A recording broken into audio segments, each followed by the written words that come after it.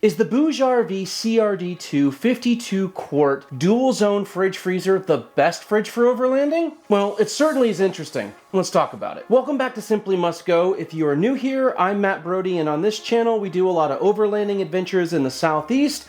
We also do a bunch of gear reviews for your adventures, and we do rig builds on my JKU and my 2 YJs. If you're new here, you probably won't notice anything different, but if you've been a subscriber for a little while, you may notice that this is the first time we've ever done a review indoors. And that's because here in South Carolina, it's like 100 degrees out and 90% humidity. And if I were to do this review outside, you'd see less of a review and more a video of a grown man melting out in the sun and doing enough t-shirt changes to make Reba McEntire jealous. All right, that's enough yapping. Let's get to it. All right, so let's talk for a second about who the CDR2 is for.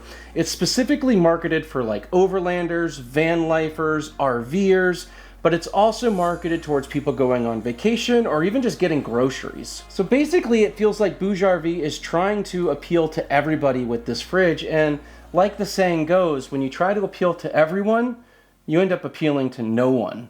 So let's dive a little bit deeper and figure out if this fridge is any good and who it's best for. And spoilers, the answer might surprise you. So in the box, you're gonna get the dual zone fridge and freezer, and you're also gonna get your power cables. And it's gonna come with a 12-volt power cord and an AC power cord that I'm using right now, as well as the instructions for how to use it. So all in all, it comes with everything you need. It's also good to note that you can buy this fridge with an optional battery, and we'll talk more about that later. So right off the bat, you'll notice that this fridge was built to be on the go. It's made of this sort of durable textured plastic, and while I used to prefer the fridges that were made of metal, after having so many fridges that get scratched, dented, and marred, I'm kind of leaning more towards the plastic because they just feel a little bit more durable. So this feels like it's solid. In fact, the box mine came in pretty damaged, but the fridge was absolutely fine. Size-wise, this fridge is about 20 inches tall, about 18 inches wide, and about 29 inches long, making it a pretty decent sized fridge. Though it is the middle fridge in this lineup, there's also a 43 quart and a larger 61 quart. And for weight, this comes in at just under 45 pounds without the optional battery. On the back, we have a couple of USB plugs and your power connection. And above that, you have the compartment where you would put the optional battery if you were interested in that. One of the things I really liked were these handles. They're not plastic, they're actually made of aluminum, and they feel really good. There is a tension spring in here, so they will come back down and hold down, which can be a pro or a con depending on what you like. I prefer it to come down. I know other people prefer for it to stay up wherever they put it. It also includes these wheels and a really nice long pole handle, both of which feel like big improvements over previous BougeRV rolling models. The LCD display is nice and fairly intuitive. It makes it really easy to adjust the temperature on each side, and also to set things like your battery protection and whether or not you want your compressor in eco or max mode. All of this can also be done really easily using the app, but in truth, once you set it, you kind of forget it. While we're talking about it, the app is pretty easy to use. It doesn't have a lot of features, but it honestly doesn't really need many. It just needs to be able to connect to the fridge and give you the ability to change and check on your temperatures, and then go through whether you want to set your battery protection and your max or eco mode on your compressor. And it does that fairly well. The app is really easy to use. In fact, the hardest part about using the app was creating the account you have to have in order to get the fridge connected. You have to create an account in order to then connect the fridge. And while I understand it, I kind of just wish you could just open the app and Bluetooth connect to a fridge. But this is your warning. Do all that before you're out on a trail with no signal, because you won't be able to connect to the fridge until after you've made an account. Let's talk about noise levels real quick. So on the BougeRV website, this is advertised as being whisper quiet, coming in under 45 dB. And while I have no way of really testing or verifying that, I can say that I don't really consider this to be an ultra quiet fridge. In fact, it's usually fairly obvious when the compressor kicks on and it starts running. For example, the compressor is off right now, but we'll open this up to get it to kick on.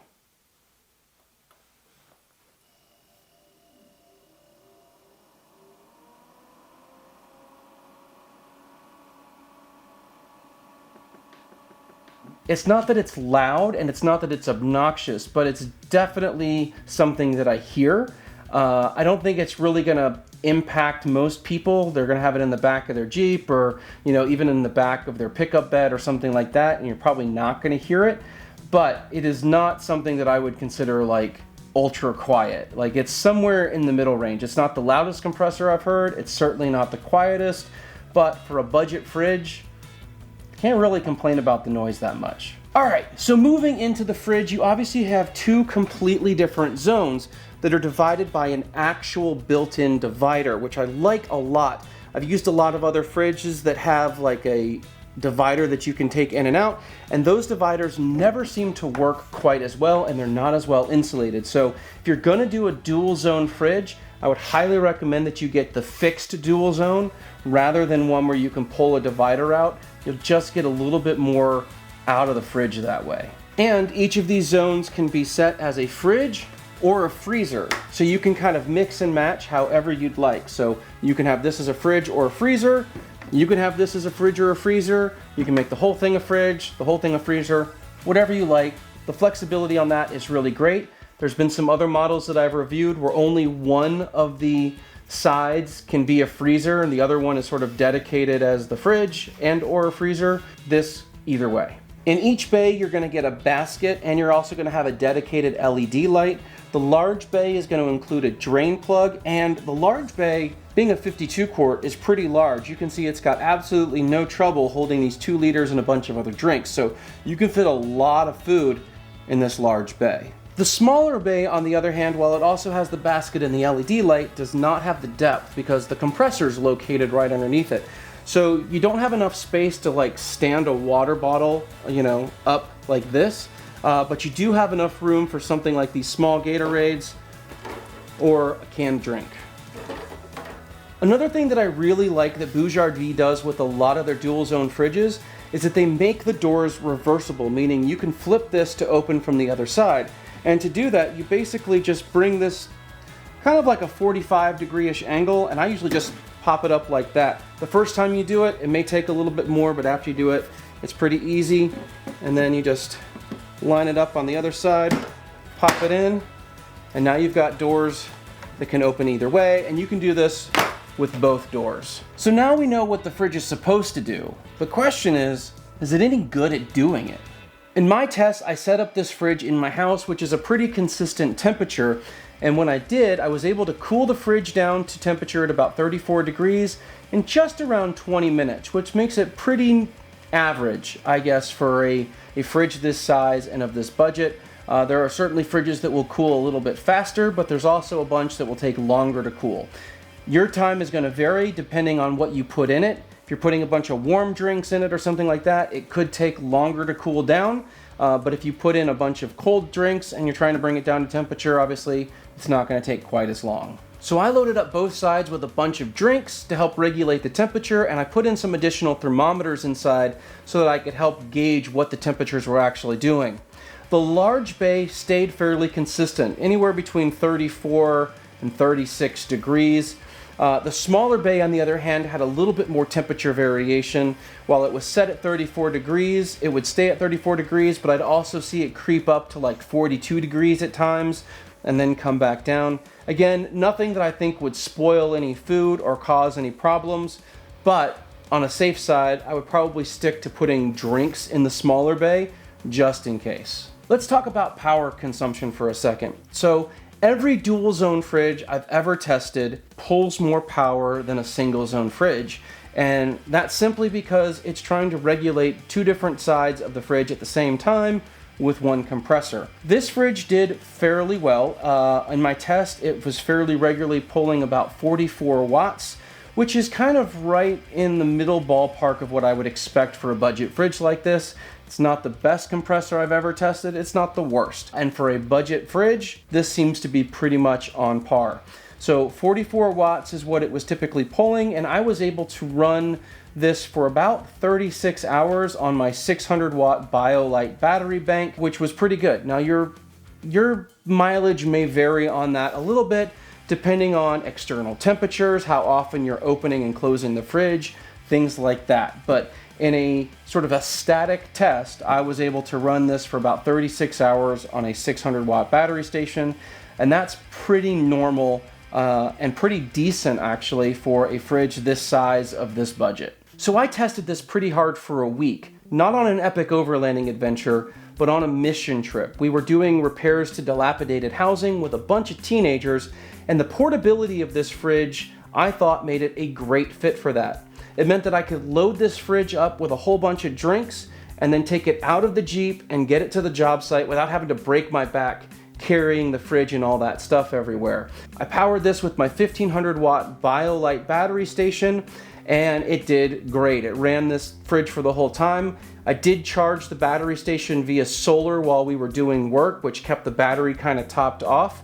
But because the fridge pulled less power than the solar panel was bringing in, I was always battery positive at the end of the day. So remember that cork I told you about? Well, this is where I found it. So when I would unplug the fridge to take it out of the Jeep and then roll it to the job site, I would then bring the battery station along and then plug it back in. And when I did, I would notice that the LCD display went from reading 34 degrees is what it was set to suddenly reading 0.